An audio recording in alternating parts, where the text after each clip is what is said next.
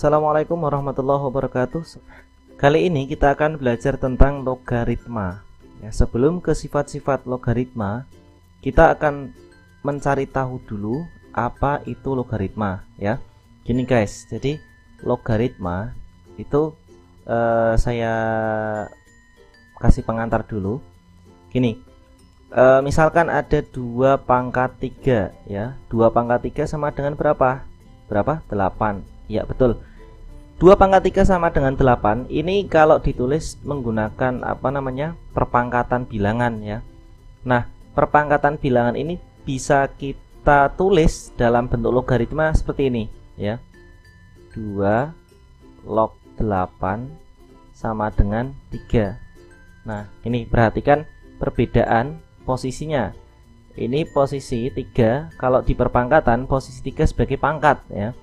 Nah, kalau di logaritma posisi 3 ini sebagai hasil logaritma. Kemudian 8 ini di perpangkatan sebagai hasil perpangkatan ya. Kalau pada logaritma 8 ini namanya apa? Numerus. Nah, ini namanya numerus. Berbeda ya. Istilahnya berbeda. Kalau pada logaritma namanya numerus, di perpangkatan namanya hasil perpangkatan. Kemudian 2 ya. 2 ini kalau pada logaritma namanya basis atau bilangan pokok. Kalau pada perpangkatan juga sama, namanya bilangan basis atau bilangan pokok. Jadi di sini ada 2 perbedaan, yaitu posisi numerus ya dan hasil logaritma ya. 3 dan 8 ini namanya istilahnya berbeda pada perpangkatan dan logaritma. Atau kalau misalkan dibaca biar gampang gini, 2 pangkatkan berapa biar hasilnya itu 8. Nah, berapa pangkatnya? Pangkatnya adalah 3. Itu cara membaca yang paling gampang ya. Kemudian cara membacanya. Ini cara membacanya yang sebenarnya adalah seperti ini ya. Cara membaca yang benar adalah logaritma 8 basis 2 sama dengan 3. Itu yang sebenarnya. Tapi kita sudah awam dengan cara membaca 2 log 8 sama dengan 3 gitu ya. Nah, tetapi yang sebenarnya yang pas itu ya logaritma 8 basis 2 sama dengan 3. Oke, itu untuk logaritma ya. Pengertian sedikit tentang logaritma. Nah, sekarang kita lanjut ke sifat-sifatnya. Di sini ada berapa sifat ini? Ada 8 sifat ya. Mungkin kalian menjumpai sifat yang lebih dari 8 di buku-buku yang lain ya. Tapi dalam kesempatan kali ini saya akan menyampaikan 8 sifat logaritma ya. Yang pertama ada sifat logaritma 1 basis A ya sama dengan 0. Nah, dari mana kok dapatnya 0? Nah, perhatikan, A pangkat berapa biar hasilnya 1. Ya kan? Pada perpangkatan kan sudah kalian pelajari bahwa A ya, bilangan A kalau pangkat 0 itu sama dengan 1.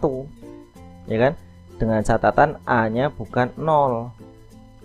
Ya, A-nya bukan 0. A pangkat 0 sama dengan 1, maka ditulis dalam bentuk logaritma jadinya logaritma 1 basis A sama dengan 0. Ini ya, tuh. Kemudian bentuk atau sifat yang kedua yaitu logaritma A basis A sama dengan 1. Nah, dibaca A pangkatkan berapa biar hasilnya A. Ya, pangkatnya 1. Ditulis dalam perpangkatan gimana? A pangkat 1 sama dengan A. Nah, seperti itu. Kemudian sifat yang ketiga, logaritma B basis A ditambah logaritma C basis A sama dengan logaritma B kali C basisnya A. Perhatikan perubahannya atau posisinya di sini. Ini B dan C ini sebagai numerus ya. Kemudian basisnya sama-sama A ya, maka ditulis B dan C-nya itu nanti dikalikan ya. Tapi basisnya syaratnya harus sama, basis A-nya itu nilainya harus sama. Kemudian sifat yang keempat hampir mirip ya. Jadi 4 dan 3 ya, atau 3 dan 4 ini mirip. Perbedaannya hanya pada tanda positif plus ya, atau negatif atau min. Nah, kalau penjumlahan positif plus itu nanti hasilnya perkalian. Tetapi kalau pengurangan berubah menjadi apa? Pembagian. Nah, itu. Kemudian sifat yang nomor 5, perhatikan. Pangkat dari basis adalah n ya. Pangkat dari numerus adalah m. Maka nanti perubahannya adalah pangkatnya numerus dibagi dengan pangkatnya basis, kemudian kalikan logaritma B basis A ini. Ya, sama posisinya, cuma bedanya pada pangkatnya. Pangkatnya numerus diletakkan sebagai pembilang, pangkatnya basis diletakkan sebagai penyebut atau di bawah. Oke. Kemudian sifat yang nomor 6, logaritma B basis A itu bisa kita ubah menjadi logaritma B basis P dibagi logaritma A basis P juga, dengan P ini sembarang bilangan. P ini sembarang bilangan selama bilangan itu dalam bilangan himpunan bilangan real ya. Kemudian sifat yang nomor 7, perhatikan, logaritma B basis A dikalikan logaritma C basis B. Perhatikan antara numerus ya, numerus logaritma yang sebelah kiri dengan basis logaritma yang sebelah kanan. Kalau ada kesamaan ya di sini, nilai numerus dan nilai basis itu sama, maka ini kayak melebur gitu guys ya. B-nya itu kayak melebur, hilang ya. Nah, sisanya adalah basis A ya. Sisanya adalah basis A dan numerus C gitu. Ya, perhatikan perubahannya di sini. Jadinya logaritma C basisnya A gitu, ya. Nah, kemudian yang terakhir adalah sifat ke-8. Logaritmanya ini sebagai pangkat ya. Jadi ada bilangan A dipangkatkan logaritma B basis A sama dengan B. Nah, kenapa bisa seperti itu? Nah, coba kita tulis sebagai perpangkatan coba ya. Untuk membuktikan secara cepat, kita tulis ini sifat logaritma yang ini sebagai bukan sebagai perpangkatan, sebagai logaritma ya. A pangkat logaritma B basis A sama dengan B. Nah, ini berarti sebagai apa ini? B-nya sebagai hasil perpangkatan. Kalau di logaritma sebagai apa? Sebagai numerus. Nah, berarti nulisnya gini, basisnya tetap basisnya A,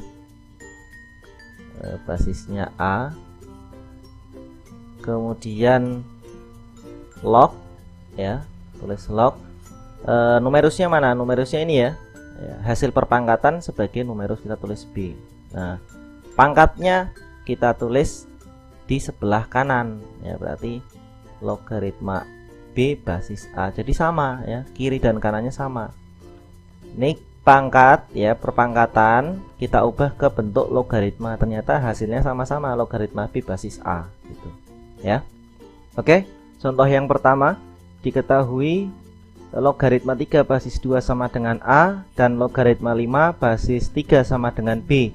Tentukan nilai dari logaritma 125 basis 4 dalam A dan B. Nah, pertama kita ini dulu, tulis dulu soalnya. Jawab ya. Nah, kita tulis soalnya logaritma 125, ulangi, basisnya 4 ya. Nah, sama dengan, pertama kita ubah dulu semua bilangan yang ada di dalam baik basis maupun dalam numerus menjadi bilangan prima berpangkat ya. Nah, ini gini dulu, logaritma 125 itu berapa? 5 pangkat 3. Kalau 4 berarti 2 pangkat 2. Nah, ini ya, pas ini basisnya ada pangkatnya dan numerusnya juga ada pangkatnya. Nah, maka menggunakan sifat tadi, sifat logaritma yang tadi, berarti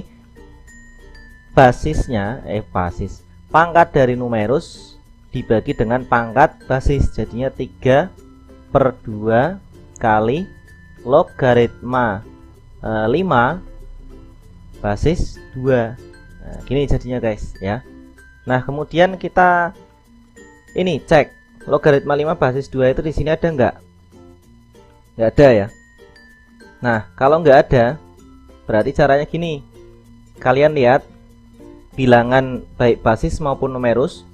Ini berapa? 5, 2 ya, 5 dan 2. Di sini ada 5, di sini ada 2, tapi 3-nya enggak ada. Nah, masih ingat sifat-sifat yang tadi? Yang ini misalkan logaritma B basis A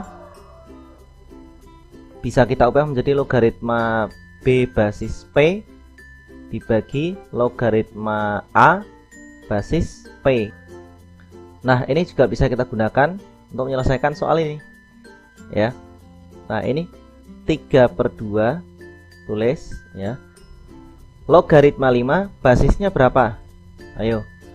Nah, lihat di sini ada bilangan yang sama yaitu 3 ya. Nah, 3 ini bisa kita jadikan sebagai basis yang baru. Ya, berarti kita tulis basisnya 3. Kemudian yang bawah atau yang penyebut kasih logaritma berapa? 2 basisnya 3. Nah, sama dengan tulis lagi 3/2.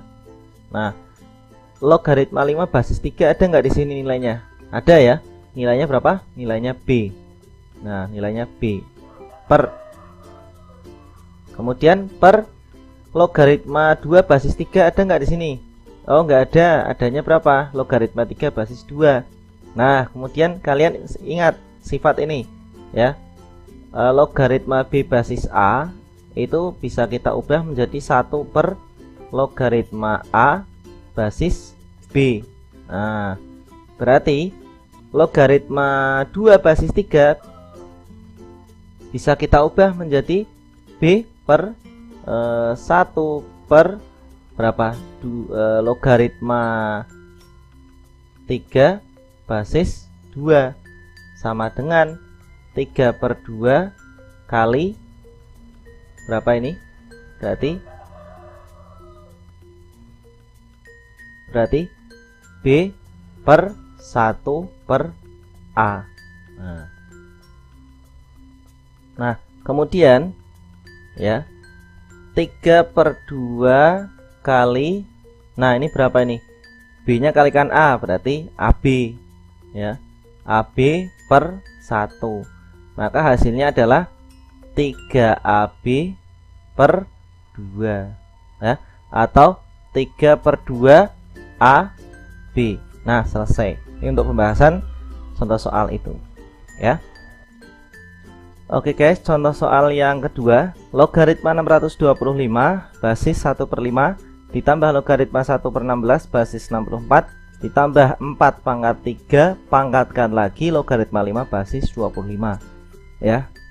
Ya, memang soalnya agak rumit ini guys, makanya kita coba kita kerjakan pelan-pelan ya. Nah, perhatikan logaritma 625 ya, kita ubah dulu 625 nya menjadi 5 pangkat berapa? 4 ya. Kemudian 1/5 nya menjadi 5 pangkat min 1 ya.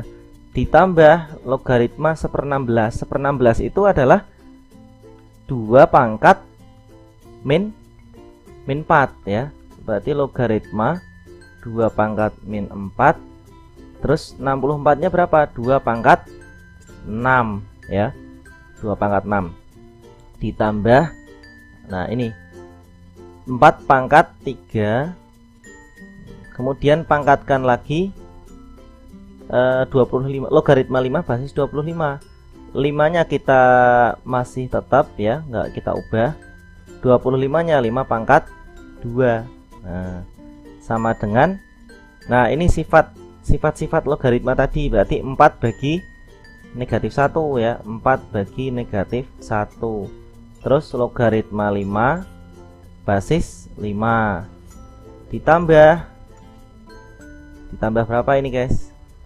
Berarti min 4 bagi 6 ya, min 4 dibagi 6 kali logaritma 2 basis 2. ditambah 4 pangkat 3, pangkatkan lagi, ini berapa nih? Berarti 5 itu kan 5 pangkat 1 ya. Berarti 1/2, ini 1/2 kali logaritma 5 basis 5 ya. Sama dengan min 4 bagi min 1, min 4. Logaritma 5 basis 5, 1. Kemudian dikurangi berapa ini? 2/3 dikali logaritma 2 basis 2 sama dengan 1 ditambah 4 pangkat 3.